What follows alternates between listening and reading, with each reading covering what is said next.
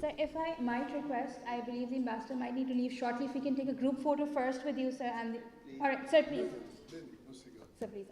I will take only 5 No, minutes. sir, please No take problem. time as in my apologies. Thank you. Assalamu alaikum ji. Good morning, everyone. My wonderful event. I was just quickly running through the previous events, the conferences or the events which took place in the previous months or year, I would say. Policing, and more especially living in this part of the world, policing for women and by women is indeed, I would say, a need of the day. My constitution, the law of the land, even my religion, in no way stops the women to take part in all kind of activities, including the professional work, whatever they want to do.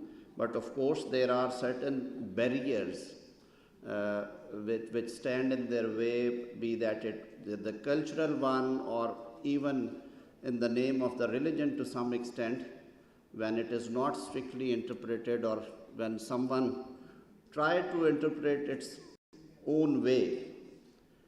So we keeping these things in mind, I would say that this is the time when we need to provide a congenial and a better environment for women in the society to work and work freely, work according to their desires and wishes, without any discrimination, without any fear of discrimination or harassment at the workplace, whatever it is called. The instant initiative is also in a different perspective, since I also spent many years litigating in the criminal courts, have been very closely watching the entire system where the women victims come to police stations as a victim, or when they are to be investigated in a way, when they have been accused of something. Our local laws, although through procedures and introduction of certain rules in the police rules and then different special instruments or the legislations, a framework has been provided how to deal with the cases. But as a matter of fact, there's a long way to go. Procedures are there, but their implementation is the great challenge. And these challenges can only be met if we sit together, we discuss the problems, the hiccups, the challenges, and only then we can pave way for a smooth functioning or working, or then we can at least have the benefits or the fruits of these legal instruments or legislative pieces. Besides that, coming to the participants' point of view, I hope you will beg me if I can conversate with the participant with a view that we should put our maximum efforts.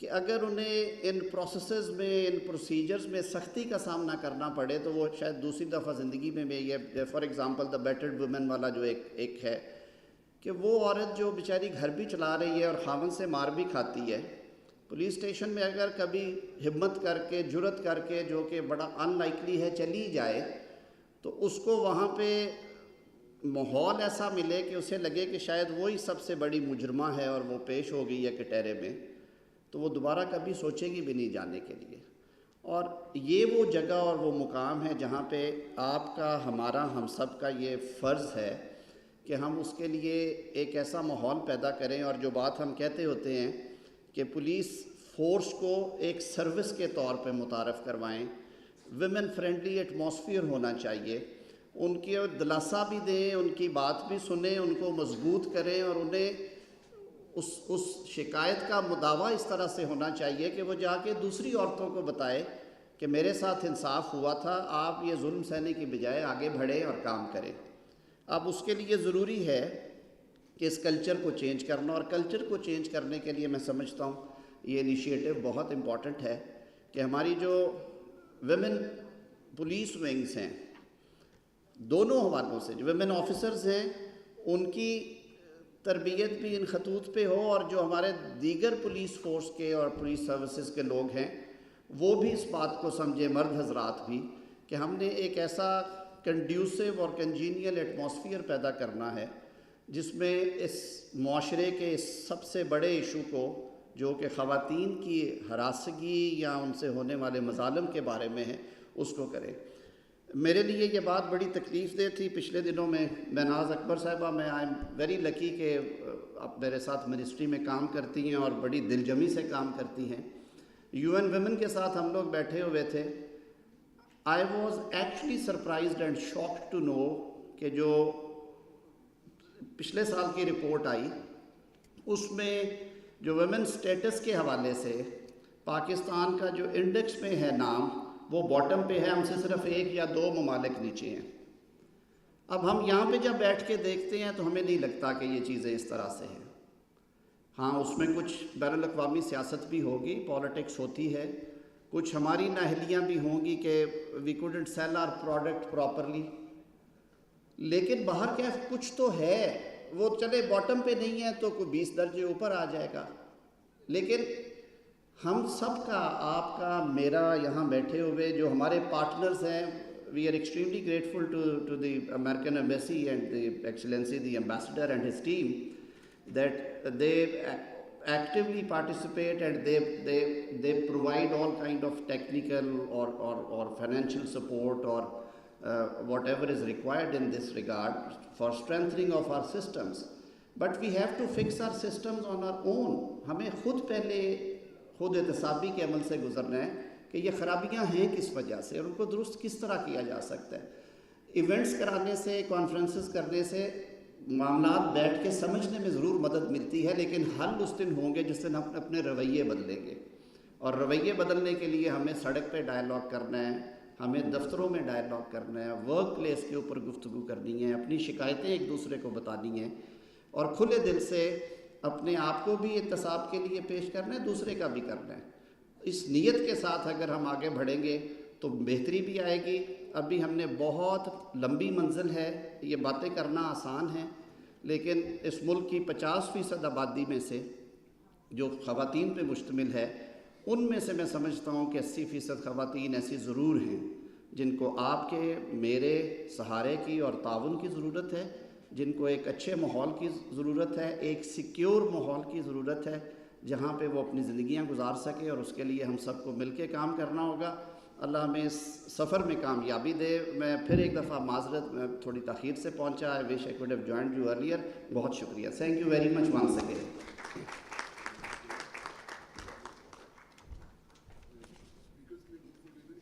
G sir.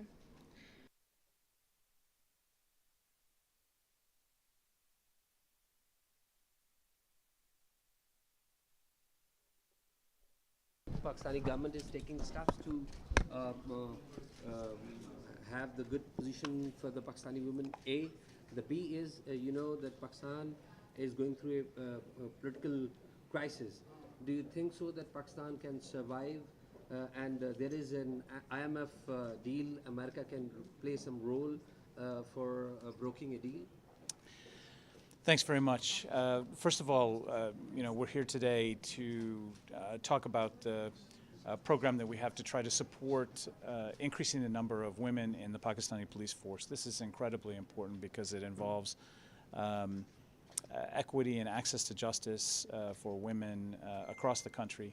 It's really important that the first responders in any justice system, which are the police, represent the public and the people of the country. So that's what we're trying to do here. We're trying to help support through training and infrastructure and other means, bringing women across the country into police forces, into local police forces, into gender desks, and we believe this is going to lead to stronger policing and more community involvement in local police. So we're here working with USIP and with the Law and Justice Ministry, and I appreciate the economic challenges today.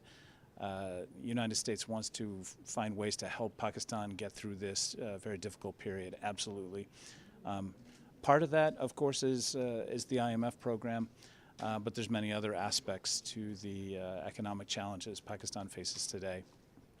We recently finished our high-level trade and investment discussions in Washington. This week, we have senior-level dialogues on energy security and climate and environment, follow-up to the Geneva conference. So we're working across the board to try to find solutions to Pakistan's serious economic challenges. Sir, China is playing a very important role in this region. The recent development between Iran and Saudi. So, what do you think? How important this development for America? Well, I'm not sure that I have anything to add to what's already been said in Washington on that particular issue, or anything to really connect it, particularly to Pakistan. So, Imran Khan has approached to U.S. Congress and he said that, in a way that U.S. should take notice of the human rights violation in Pakistan, particularly police is beating, their workers in political rallies. So how do you see that? How do I see? How do you react to that? Look. Pakistan, like many nations, faces human rights challenges, and we talk about those on a regular basis, both with the government of Pakistan and in international fora and some of our public statements.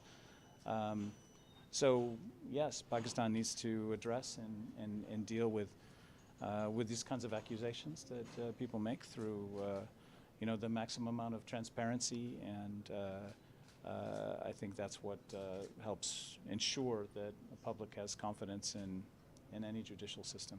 APP? Imran Khan has been criticizing the US government and later on he took a U-turn. Has he ever contacted you again to have a meeting with you? Or there were reports that some of the leaders, they met you. Can you tell what is the message from PTI, Imran Khan? Well, I don't have anything to report on specific meetings, so I don't really have anything further on that right now. Thank you. APP, the APP reporter. You've been waiting. Pakistan and US were partnered in war against terrorism, but Pakistan still facing attacks here. But what is your point of view? I think we're still partnering and trying to find ways to address Pakistan's significant security challenges. I think it's very apparent that those persist. I talked about it today in my remarks. The police, in a lot of ways, are on the front line of that fight, and we recently had our senior-level counterterrorism dialogue with Pakistan, and we'll continue to find ways to support any way we can Pakistan's struggle on that front. U.S. government is, U.S. government is working on different projects for the women empowerment and the women cause. So what is the status on all those projects?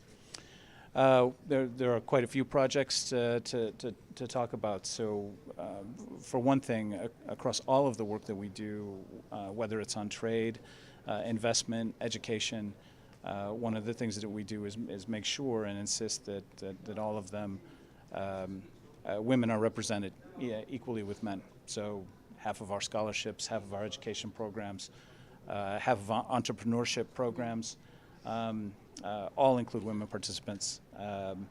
In addition to some specific programs that we have, for instance, the Women in Energy program, the Women's Entrepreneur program, the Women in Tech. We have a variety to try to boost the opportunities for women.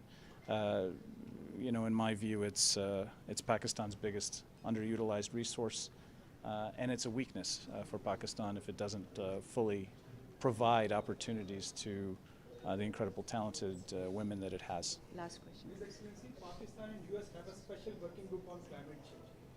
Is the Living Indus initiative part of the discussions in that working group, and what other discussions are going on there in that working group? Because that is a very important working group, because both the ministers of the governments, they discuss key environmental issues, not of the local level, but of the regional and international level as well. Yeah, for sure it does. That dialogue will meet this week on Thursday, so we have that coming up, and we're still preparing for that. The lead ministry here is the Ministry of Climate Change. We'll absolutely be talking about the Living Indus initiative and the U.S.-Pakistan Green Alliance as frameworks for a lot of the practical work that we're doing on the ground, whether it's resilient infrastructure, flood recovery, or mitigation for future climate change. Thanks very much. Thank you. پھر حاضر نہیں ہوئے تو انتظار ابھی اس بات کا government جان پکڑے گی. ویسے حکومت بھی بڑی کمزور ہے, شاید اس وجہ سے ہاتھ نہیں ڈالتے. دیکھیے, دو چیزیں ہیں. آپ اگر دیکھیں گے تو کورٹ پروسیسز میں عموماً جو عدالتی احکامات ہیں ان کی ظاہر ہے اسپیس ہوتی ہے, انہی کی فوقیت ہوتی ہے, اور جو ایگزیکیوشن ہے وہ حکومت کا کام ہے. میں سمجھتا ہوں کہ اگر عدالت کسی کو بلائے اور وہ بھی بیلیبل وارنٹ کے ذریعے, تو اسے والنٹیرلی آ جانا چاہیے. اگر نان بیلیبل وارنٹ ہو تو پھر حکومت کو تحرک کرنا چاہیے. آپ نے دیکھا تحرک کیا, اور شاید انہوں نے یہ جو ایون ہینڈڈ پریکٹسز ہیں ان کو انشور کرنے کے لیے اسلام آباد پولیس نے جا کے انہیں انفارم کر کے لانے کی بھی کوشش کی, لیکن طاقت کا استعمال نہیں کیا. میرے خیال میں یہ اتنی بری موو نہیں تھی. بے جا طاقت کا استعمال کئی دفعہ چیزوں کو کمپلیکیٹ کرتا ہے. خان صاحب نے اس دن بڑی غیر مناسب بات کی. انہیں پولیس آفیشلز کو پیش ہو کے بیل بانڈ دے دینا چاہیے تھا. اس میں کوئی تحقیر نہیں ہوتی. قانون سب کے لیے ایک جیسا ہوتا ہے. نان بیلیبل وارنٹ میں ایک بڑی سادی سی چیز ہوتی ہے کہ آپ جا کے تو آپ انہیں کہیں جی کہ ٹھیک ہے, میں کورٹ میں جا کے مچلقہ دینے پہ تیار ہوں, آپ کے ساتھ چلتا ہوں. اگر آپ جانا نہیں چاہتے تو ایون ایس ایچ او کے پاس یہ اختیار ہوتا ہے کہ وہ مناسب ضمانت لے سکے.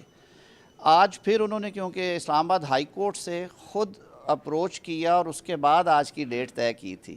اب ابھی تک کی شاید اطلاعات ہیں کہ آج پھر ان کی حاضری معافی کے لیے درخواست ہے.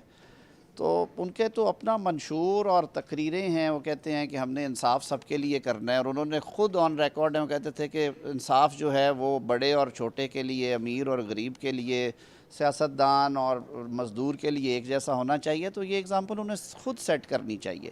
ماضی میں اس ملک میں وزرائے اعظم جو رہے ہیں انہوں نے بڑی صوبتیں بھی صحیح ہیں, لیکن عدالتوں سے وہ نہیں بھاگے. عدالتوں میں پیش ہوئے ہیں, پیشیاں بھگتی ہیں, اپنے مقدمات لڑے ہیں, ڈیفینڈ کیا اپنے آپ کو. انہیں بھی چاہیے کہ وہ زمان پارک میں بیٹھ کے قوم کے بچوں سے سیاست کرانے کی بجائے اور انہیں ڈنڈے پڑوانے کی بجائے آپ آگے آئیں اور ایک جری اور بہادر لیڈر کی طرح کھڑے ہو کر فیس کریں. اچھا, میں آخری سوال کروں گا ازخودی. یہ بتائیے کہ توشہ خانہ کا ریکارڈ گورنمنٹ نے جاری کیا رائٹ ٹو انفارمیشن ریکویسٹ کے اوپر. ایک رائٹ ٹو انفارمیشن اور ریکویسٹ وہاں پہ پڑی ہوئی ہے کہ کن لائرز کو انگیج کیا جاتا رہا ہے, گورنمنٹ وہ جاری نہیں کر رہی. اور اسی حوالے سے جو ریکارڈ ہوا ہے اس میں مس ڈیکلریشن کے کیس تو عمران خان صاحب کے اوپر بن گئے, جو کہ قانون کے مطابق ہے. اب اسی ریکارڈ میں آصف علی زرداری صاحب بھی ہیں, نواز شریف صاحب بھی ہیں, شہباز شریف صاحب بھی ہیں. کون کون ہے جو نہیں ہے, یہ ایک سوال ہے. مشرف صاحب بھی ہیں, شوکت عزیز صاحب بھی ہیں, جمالی صاحب بھی ہیں.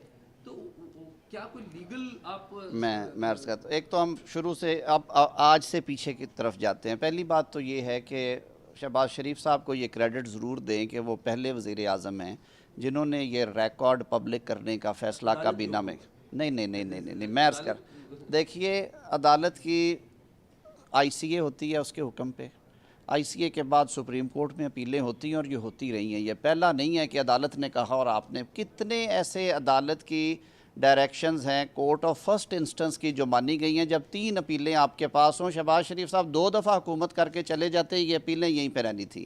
تو جو کریڈٹ ہے وہ انہیں دینا چاہیے. انہوں نے کنٹیسٹ نہیں کیا، انہوں نے کمیٹی بنائی کابینہ میں، کابینہ کی کمیٹی خواجہ آصف صاحب نے ہیڈ کی، اس میں تمام جماعتوں کے وزراء شامل تھے. بغیر کسی حیل و حجت کے انہوں نے کہا کہ کیونکہ 19A ہے اور ہم خود اس پہ بات کرتے ہیں، ٹرانسپیرنسی ہونی چاہیے، انہوں نے اسے کہا پبلک کر دیں اور ساروں کا کریں. شہباز شریف صاحب کو ایک اور ایڈوانٹیج ضرور ہے کہ انہوں نے نہ صرف پبلک کیا بلکہ شہباز شریف صاحب نے پنجاب کے وزیر اعلیٰ ہوتے ہوئے بھی اور ابھی بھی انہوں نے تمام تحائف جو ہیں وہ خزانے میں جمع کروائے ہیں. اور ابھی بھی جو انہیں تحائف اپریل میں ملے تھے جب کسی کو اندازہ نہیں تھا کہ یہ مئی میں کہ یہ کھلنے جا رہے ہیں، وہ کروڑوں مالیت کے تحائف تھے جو کہ انہوں نے توشہ خانہ میں دیے، جو ڈسپلے کیے گئے ہیں.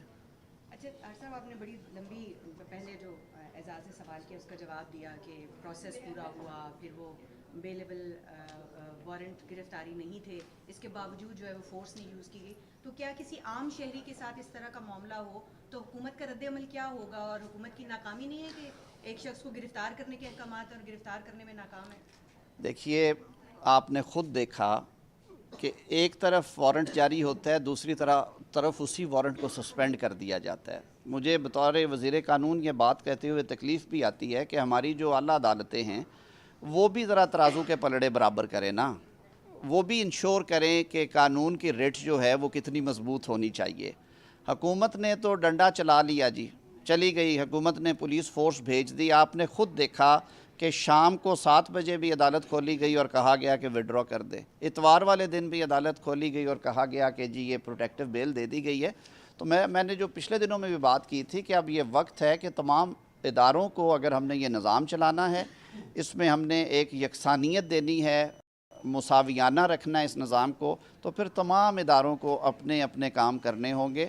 عدالتوں پہ یہ بہت بڑا ایک میں سمجھتا ہوں سوالیہ نشان ہے، اور ان کی طرف نظریں بھی ہیں قوم کی کہ پروسیس آف کورٹ کو جس طرح سے کھلے عام فلاؤٹ کر رہے ہیں عمران خان صاحب، کہ وہاں پہ بھی وہ وہی رویہ رکھے جو انور، اکبر اور بشیر کے مقدمے میں ہوتا ہے. جو جوڈیشری کی ڈسکریشنری پاورز ہیں اس کے اوپر آپ لوگ بات بہت کر رہے ہیں، بیانات بھی ہیں، بٹ آپ کو لیگل پروسیسز اڈاپٹ نہیں کر رہے. کہ آپ لوگوں کے پاس لیگل آپشنز ہے نہیں، آپ کرنا نہیں چاہتے؟